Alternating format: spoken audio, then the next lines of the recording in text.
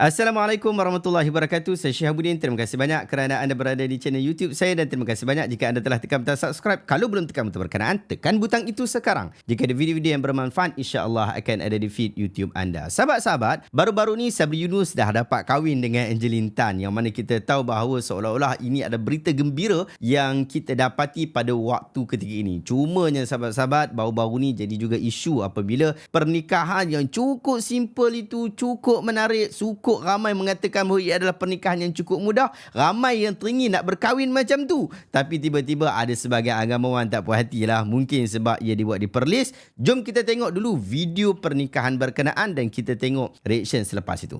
Kan saya wangkat nikah kerana wali dalam kes ini ialah wali sultan, kerana Angeline adalah menganut Islam.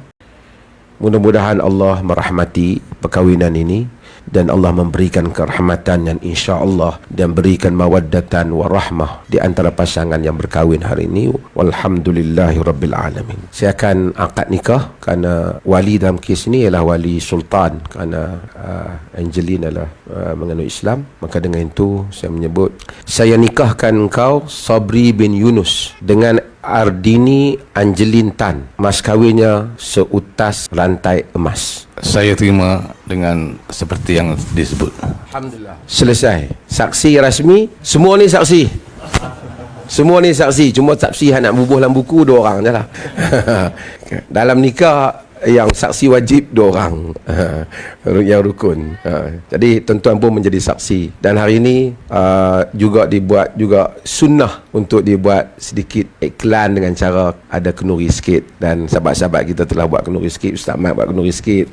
Support Abang Sabri kita. Alhamdulillah kita dah tonton video berkenaan dan kita tengok macam mana cukup ringkas bagaimana perkahwinan itu dijalankan dan dikelolakan oleh Datuk Mufti Negeri Perlis. Yang mana senang saja, pihak Datuk Mufti sebut, aku nikahkan engkau Sabri bin Yunus dengan mas kahwin dia seutas rantai emas. Lepas tu Sabri Yunus pun jawab bahawa dia terima seperti mana yang telah disebutkan. Jadi settle masalah tu dan Mufti pun terima dan ia menjadi satu perkara yang cukup mudah dan cukup senang. Tetapi menarik sahabat-sahabat, ada sebahagian orang tak puas hati. Antaranya adalah kenyataan yang viral baru-baru ni daripada Sheikh Nuruddin Marbu Al-Banjari yang sebelum ini tahun 2014 dia pernah kena ban dengan JAKIM disebabkan dia memberikan kenyataan-kenyataan yang kontroversi yang menyanggahi fatwa-fatwa daripada fatwa kebangsaan Malaysia dan juga fatwa negeri. Akhirnya dia kena ban di atas isu berkenaan. Sahabat-sahabat, jom kita tengok kenyataan Syekh Nuruddin berkaitan tentang hal ni. Maka daripada mimbar ini saya menyuruh kepada sahibus sama'ah dan juga dengan Dora, kawan tuan yang terbabit pada akad-nikah tersebut, secepat kilat kalian kena perbetulkan kalau tidak hubungan mereka itu sama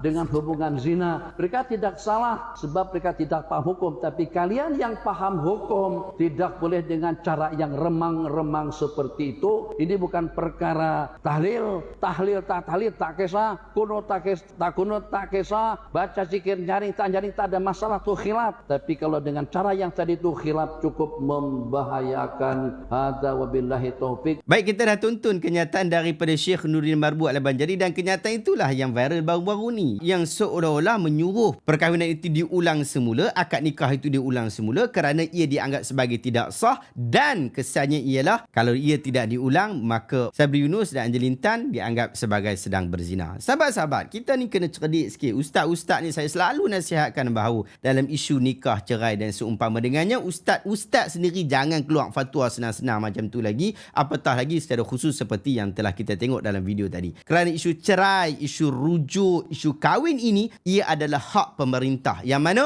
ia terjadi cerai ataupun tidak, ia jadi kahwin ataupun tidak, ia adalah di bawah hak pemerintah, hak ulil amri, hak mahkamah yang akan keluarkan keputusan, bukan hak kepada ustaz-ustaz kita untuk keluarkan kenyataan-kenyataan seperti yang telah dikeluarkan oleh Syekh Nuruddin Marbu Al-Banjari tadi. Apatah lagi sahabat-sahabat, kenyataan Syekh Nuruddin Marbu Al-Banjari ini dia mempunyai penjelasan yang cukup mudah untuk kita faham. Apatah lagi kalau kita nak sandarkan kepada mazhab, saya bicarakan tentang isu mazhab, penyandaran kepada Imam Syafi'i sendiri pun ada ulama berselisih. Dalam kitab Al-Imla' menyatakan bahawa Imam Syafi'i sendiri menyatakan bahawa kalau aku kata aku terima saja tanpa disebut disebutkan nikah, maka ia telah sah menurut pandangan Imam Syafi'i, dan ini dinukilkan dalam kitab Al-Imla. Dan sebahagian para ulama kata ia bukan kata-kata Imam Syafi'i, tetapi salah satu daripada kenyataan Al-Imam Asy-Syarbini rahimahullah dalam mazhab Asy-Syafi'i. Jadi penyandaran kepada mazhab Syafi'i itu sendiri pun sudah menjadi satu isu. Apatah lagi sahabat-sahabat, orang yang pakai kepala otak yang waras, logik yang waras akan memahami bahawa kalau aku kata aku terima seperti mana yang telah disebutkan itu,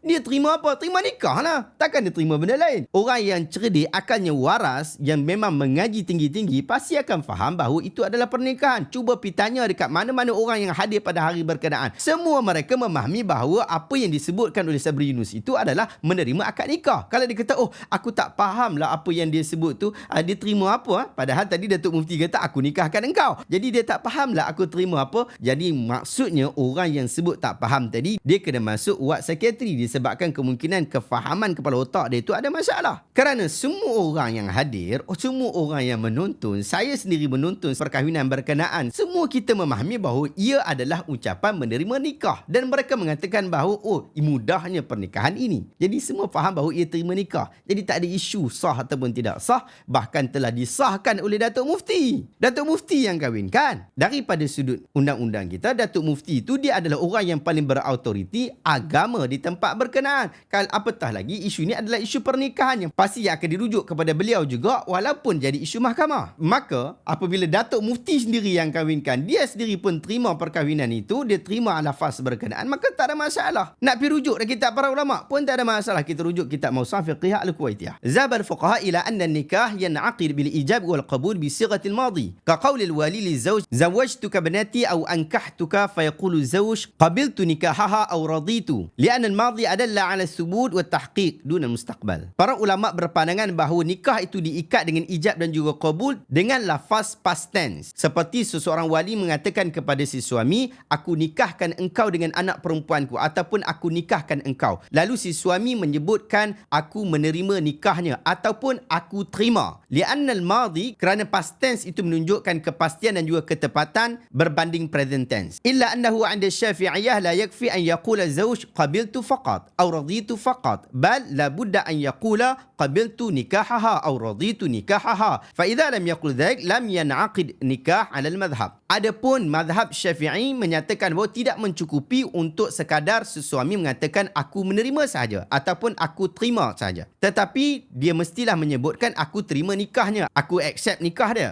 Fa idza lam yaqul dhalik, sekiranya tidak disebutkan hal itu, maka perkahwinan itu tidak sah menurut mazhab. Tetapi wa 'inda jumhur fuqaha al-Hanafiyah, Malikiyah wal Hanabilah wa qaulun 'inda Syafi'iyah yakfi an yaqula zawj qabiltu aw raditu wa yan'aqid nikah bidzalik. Adapun majoriti para ulama iaitu Hanafi, Maliki, Hanbali, bahkan salah satu daripada pandangan Syafi'iyah menyatakan bahawa cukup sekadar si suami mengatakan aku terima sahaja dan pernikahan itu sah dengan ucapan seperti itu. Jadi sahabat-sahabat, sangat jelas daripada kenyataan dalam fiqh Al-Kuwaitiyah tu, Mawsu'ah Fiqhiyah Al-Kuwaitiyah tu menyatakan majoriti para ulama memang menerima ucapan bahawa aku terima sahaja. Lagi-lagi apa yang disebutkan oleh Sabri Yunus ialah aku terima seperti mana yang disebutkan. Lagi advance, lagi cantik, lagi lawa. Tak ada masalah tentang hal berkenaan. Semua itu dianggap sebagai sah dan diputuskan sebagai sah. Tak perlu nak bagi gempak kepada orang awam sehingga mengatakan bahawa ia adalah pernikahan yang tidak sah. Bahkan saya dapat makluman daripada pelbagai orang, pelbagai kawasan, pelbagai tempat yang menyatakan bahawa mereka juga bernikah dengan seumpama dengan itu. Ada yang kata I do saja, saya terima saja. Lagi-lagi kalau pernikahan itu bersama dengan orang yang baru masuk Islam. Lagi mudah, lagi ringkas sehingga dapat memudahkan, dapat difahami oleh semua orang bahawa dia terima nikah itu. Jadi sahabat-sahabat, saya nak nasihatkan untuk semua kita, tak kira lah siapa pun, Syekh Nuruddin ke, Syekh Syabuddin ke,